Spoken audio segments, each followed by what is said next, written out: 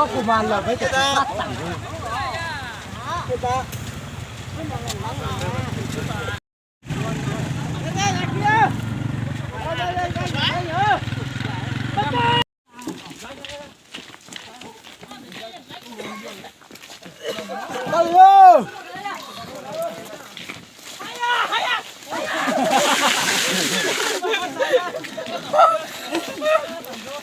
một cái rồi à?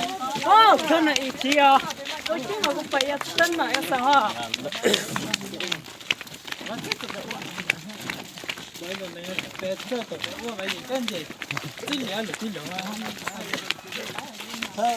Thấp về về hai, nếu về tụi mà hai về hai tờ rồi xả vuông về lấy nó thì nhắc về xong hai lỗ về ở đó hai chi gì đó có hai chi năng chơi vậy hai chi chơi nó tại sao hai chi chơi với về tụi á Cha bây giờ cháu thì thành ra đây tôi tao biết là thế à, lúc cái gì à, đã chính cả.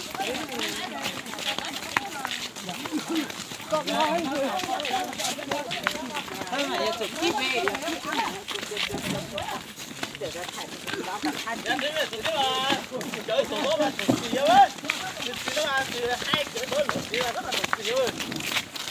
hai rồi à nhưng mà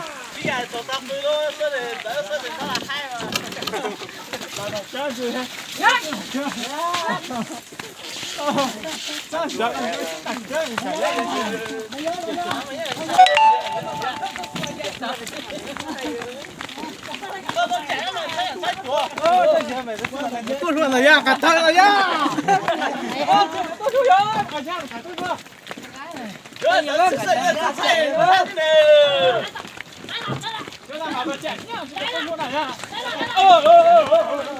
chơi ya tôi luôn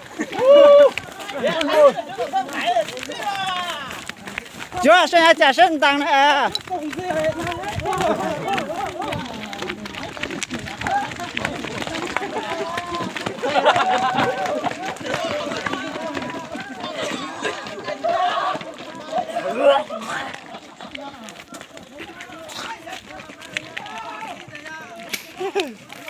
这也蛮菜。